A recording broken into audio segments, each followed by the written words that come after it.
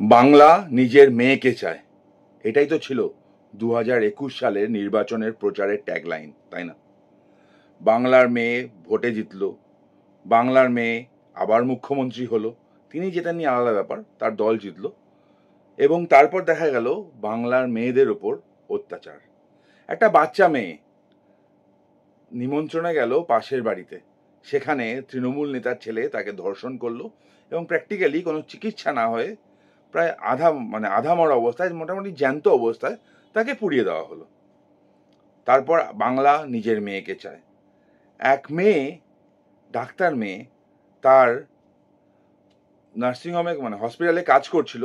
30 ঘন্টা হাড় ভাঙা খাটুনির পর সে যখন বিশ্রাম নিতে গেল, সেখানে তাকে ধর্ষণ করা হলো, খুন করা হলো। তারপর দেখলাম পুরো স্টেট মেশিনারিজ নেমে গেল কিভাবে প্রমাণ লোপাট করা যায় তাই জন্য। ওই মেয়েটা বাংলার মেয়ে ছিল না। কসবাতে একটা ছাত্রী কলেজে গেল, গার্ড রুমে তৃণমূল ছাত্র নেতারা তাকে ধর্ষণ করলো। সেই মেয়েটা বাংলার মেয়ে ছিল না। পার্কস্ট্রিট কাণ্ড ভুলে গেছেন আপনারা? পার্কস্ট্রিট কাণ্ডে একজন স্বাধীন চেতনা মেয়ে, তিনি গেলেন পার্টি করতে, সেখানে তার ধর্ষণ হলো। সে ধর্ষণটাকে লুকানোর জন্য মুখ্যমন্ত্রী অনেক কথা বলে দিলেন। মুখ্যমন্ত্রীর দলের অন্যতম একজন সাংসদ তিনি বলে দিলেন খরিদ্দের এবং কল গার্লের মধ্যে নাকি ঝামেলা। বাংলার মেয়ে সেই মেয়েটা ছিল না। সে মেয়েটার ওই কাণ্ডে অন্যতম অভিযুক্ত ছিল কাদের বলে এক লোক। তাকে পালাতে কে সাহায্য করেছিল ভুলে গেছে মানুষ। যে পালাতে সাহায্য করেছিল তাকে রিওয়ার্ড হিসাবে সাংসদ বানিয়েছিল তৃণমূল, রিওয়ার্ড দেওয়ার মতো করে সাংসদ করলো তৃণমূল। সেই মেয়েটা বাংলার মেয়ে ছিল না। আচ্ছা, কামদুনি মনে আছে আপনাদের? কামদুনি কাণ্ডে সাজা হলো কি? কামদুনির কাণ্ডে সাজা হলো না, কামদুনি কাণ্ডে ফাঁসির আদেশটা হলো না, কারণ উপযুক্ত তথ্য প্রমাণ ছিল না। কারেয়া রেপের ঘটনা মনে আছে? কয়েকদিন আগে অর্ডার বেরিয়েছে, কাউকে সাজা দেওয়া গেল না, কারণ পুলিশ উপযুক্ত তথ্য প্রমাণই জোগাড় করতে পারেনি। পশ্চিম মেদিনীপুরে একটা কেস, খুনের ঘটনা, সেখানেও অভিযুক্তদের সাজা দেওয়া পসিবল হলো না, কারণ পুলিশের তদন্তে গাফিলতি। আরজিকরের ঘটনা, যা প্রথম থেকে শুরু করলাম, আমরা দেখলাম পুলিশ কিভাবে তথ্য প্রমাণ পুরো লোপাট করে দিল। এরা বাংলার মেয়ে নয়।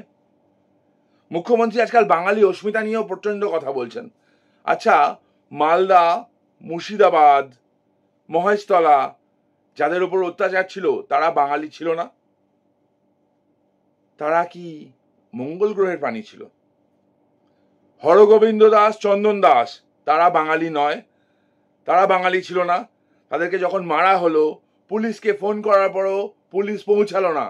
কেন পৌঁছালো না? কেন গেল না? তার উত্তর বাংলার মেয়ে দেবে কি?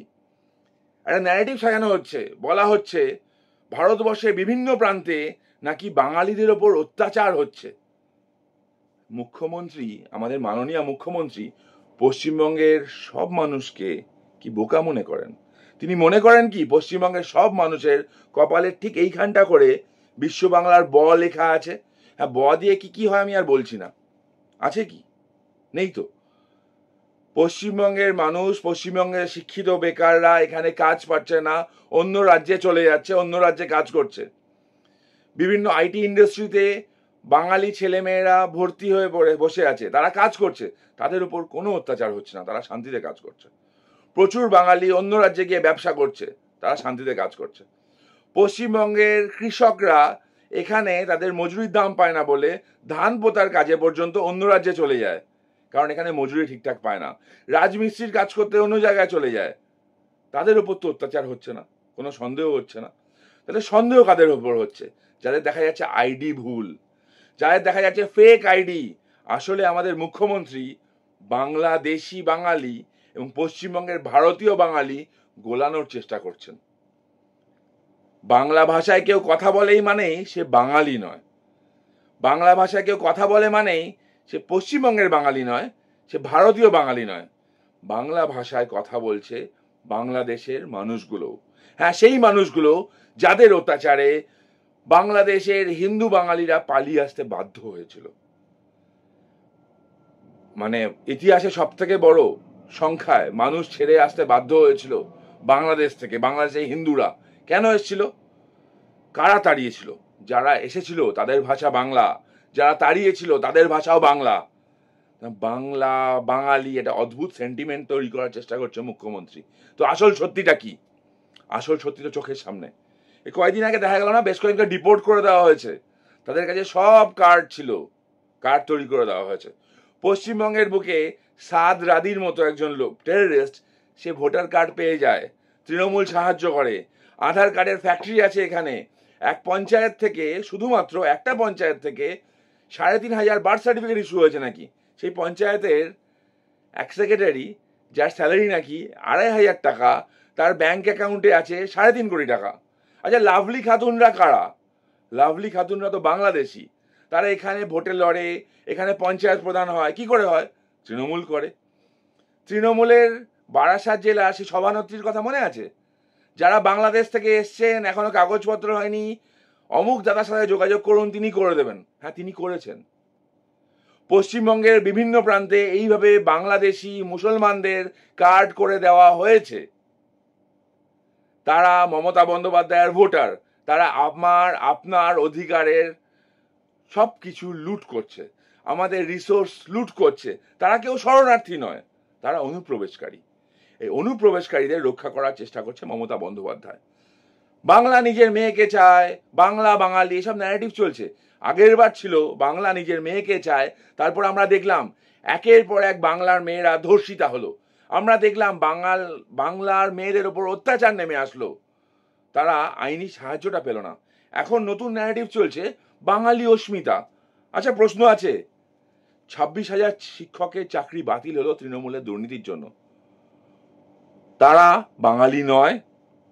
যে ৩০ লক্ষ পরীক্ষার্থী ছিল পরীক্ষাটায়, যাদের সবার সাথে অন্যায় হলো, মানে ৩০ লক্ষ পরীক্ষার্থী, তাদের যদি পরিবারের ৪ জন করে ধরা হয়, প্রায় ১,২০,০০,০০০ মানুষ স্ক্যামের ভিকটিম। তারা বাঙালি নয়? প্রাথমিক দুর্নীতি যারা সাফার করলো, তারা বাঙালি নয়? আজকে মুখ্যমন্ত্রী বাঙালি অস্মিতার কথা বলছেন। যাদের ঘর বাড়ি আপনারা লুট করেছেন, তারা বাঙালি নয়?